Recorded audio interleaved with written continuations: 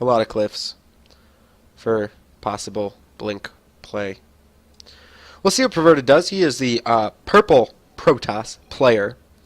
Purple Protoss player. See, I told you I had a Red Bull 10 Shender. I just said it, but there's a delay on the stream, so you probably didn't see it. But in the bottom right-hand corner, the purple Protoss player from the Confederation in the semifinals of the StarFleet tournament number 2, the in-house tournament for the Confederation. It's a gold to diamond tournament tonight, casted by me, myself, and I. I've been having a lot of fun. I hope you guys have been enjoying the stream. Thank you for the overlay hint. I saw it that time. That was my bad. I had it off too, and then I just I know. I just hadn't moved it back. Dark, I'm sorry. Okay, it is Perverted, and in the bottom left-hand corner on Frost, it is ShazamPoof. He was just able to take a win in Game 2 of the Best of 3 series, and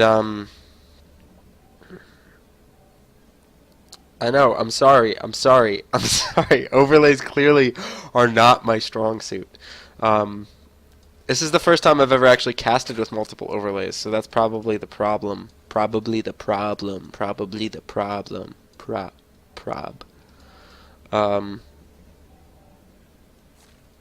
Delay. Anyway, yeah, this is a huge map, so I'm intrigued by the fact that Perverted picked it. I always become immediately more interested in the player who picked the map than the player who has to react to the map that was picked, because logic dictates that if you pick a map, you picked it for a reason, right? So, the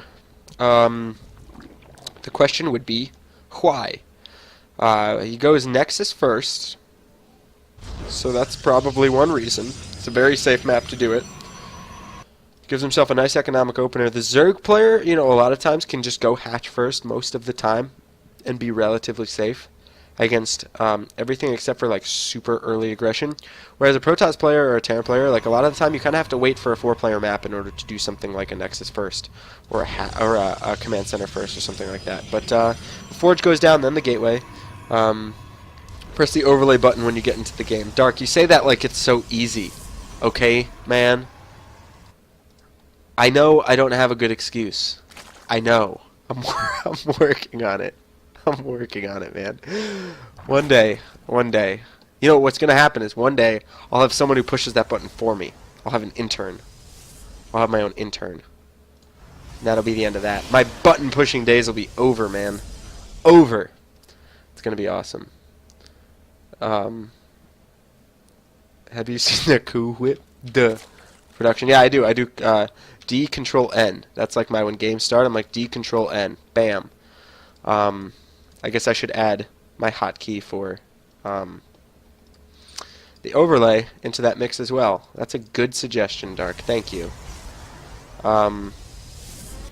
Anyway, Shazam has both gases taken. Let's take a peek at his, and let's keep tabs on his third and fourth gases in his natural, because those will be pretty indicative of whether or not we'll be seeing some super early aggression or some tech possibly coming out from him as well. If we don't see these gases taken, there's a good chance we're just going to see tech, or we're going to see a gateway push or something along those lines coming out from Perverted. If we see those taken, then we might see either some Stargate play, so maybe 2 Stargates or something like that, or some super early tech. Woogie. I'm gonna have to load that up after this. But I want the consensus from the stream. You guys can look at that during the beginning of this game, because it's pretty slow. I'll yell, I'll do a bird call if anything exciting is about to happen. I'll go "Ooh!" and then you guys will know to switch back. But for now, you guys should check out the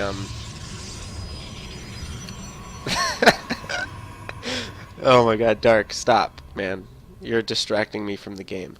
The mothership core is just about finished, and there are the other 2 gases. The assimilators coming out very, very early, actually, here from Perverted. So he's going to have quite a bit of gas. On the other side, a Roach Warren and double evolution chamber coming out from ShazamPoof. He's taking his third and fourth, or really his second and third gases. He's left this gas open for the time being. The Lings are scouting for the opponent. The Overlord now sees him. He's going to see the robotics facility coming down in the main base. Interested to see what the 4 gases. You generally don't need 4 gases for the Immortal all-in. That's just what I'm thinking here. Whenever I see a robo facility, I'm already I automatically think of an Immortal all-in. But these Lings are going to come up. They're going to see the Mothership Core, a Zealot, a Cannon, and they're going to be like, alright, not much I can do there. So this Immortal immediately gets chronoed out here. Perverted, let's take a look at his worker count. He's at 40 probes. Now 42. Let's see how much higher he ends up going here. He's got 15 at each mineral patch. And it looks like he has halted probe production. We see 3 gateways coming down, a 4th gateway, or 3 gateways and a Twilight Council, excuse me, on the way here. +1 armor, and hold our breath here for the additional gateways that might be coming out. I'm not sure what we're seeing here. On the other side of things, the layer is just finishing. 1-1 upgrades coming out of the evolution chambers for the roaches and potential hydras to follow. Obviously, Immortal is really good against roaches. Blink is coming out here as well. This could be something like a +2 armor blink play with Immortals. I'm not sure. This is a little bit. This is, again, there's a lot of gas, right? He's got a lot of gas banked up here. This, like, yeah, I guess I tend to go off on a lot of tangents because I'm trying to look at the chat. I'm trying to like make this interactive, and then I end up like getting so excited about what's going on in the chat that I forget that I'm also casting a game. So anyway, ShazamPoof's taking his 3rd base here, and a super early 3rd base from Perverted coming out. So now I'm thinking maybe the Sentries, the Immortals, are here for any sort of aggression defense against like a roach all-in or something. There are 10 roaches coming out right now, 1-1 on the way, and 51 drones, 5 more coming out. So this isn't any super like all-in push or anything like that coming out from ShazamPoof, but he has a nice number of roaches here to help him get himself some map presence. But he's really not going to be able to do too much with these Sentries and Immortals. Just force fields and all that jazz are really good. I'm interested here because Blink is almost done, and there are no stalkers on the map. So yeah, yeah, that's what I'm interested in seeing. When the stalkers are going to be built for the Blink, because you can't blink Sentries and you can't blink Immortals. On the other side, there are 22 roaches on the map, though, so a lot of our little predator friends. Assault units that generate life quickly when burrowed. That's the description of a roach, in case you're wondering.